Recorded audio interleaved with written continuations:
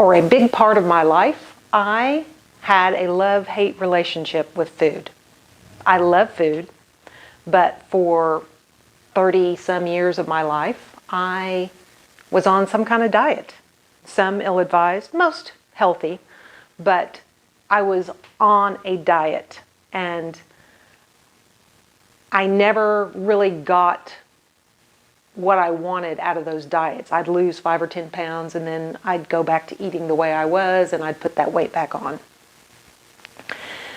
I figured out over time that the better I ate and the more consistent I was, the easier things got. And I finally got to the point where I stopped dieting. And then my mom was diagnosed with dementia. And I knew enough at that point to know that I could probably help her with food, which I started studying how food impacts the brain, and I think I did help her some in her final years. Now I see food as an opportunity for me to nourish my brain and for me to want to feel better and think better. I eat better. But this is not about dieting and what you should and you should not be eating, because I truly believe there is no one perfect diet for anyone. I think everyone should figure out what is perfect for them, and it would depend on what you like and what you have access to, what you have time to fix. Those are all factors that are individual to you. But what I want to share with you today are some of the things that I have learned along the way that have helped me make better food choices. And as you will soon learn, they are not foolproof. I am not a perfect eater, but they are things that play in my head when I'm making a food choice. So I hope that if you are grappling with trying to make healthier food choices, I hope that they are helpful to you. There's 3 little nuggets of information I wished I had known years ago, but these are the things. One or more of these play in my head almost every time I'm faced with a food choice. The first one is food is fuel. Calories are units of energy, so if you are eating good fuel, you're going to think and you're going to feel better. The second thing that plays in my head is that food is never neutral. And I'm typically not a black and white person, but when I'm trying to learn something new, thinking in black and white terms is very helpful to me. So if you think that foods are either healing or harming, it's easy to make food choices. For instance, if you are going to eat something from Mother Nature, like a vegetable or a fruit, nuts, seeds, dairy, meat, those all could be very healing of cells.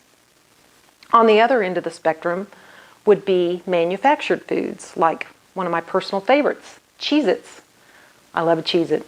I have been known to eat half a box in a sitting, and that's why I don't keep them in my house. But Cheez-Its are on the other end of the spectrum.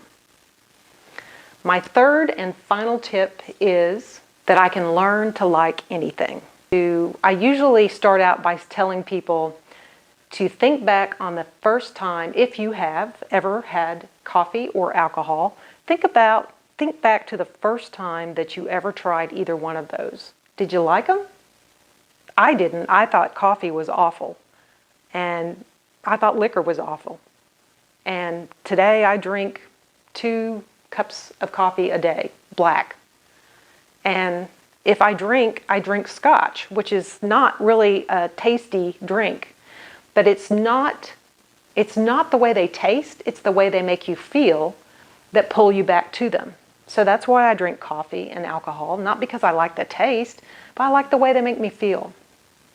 I learned this with sardines because years ago I was reading an article about how great sardines were for the brain. They are full of omega-3 fatty acids, but they're little, so they don't have a lot of mercury in them, so they're really a good fish choice. Plus, you can buy cans of them and keep them in the cupboard, and if you need fast food, you can just grab a can of sardines.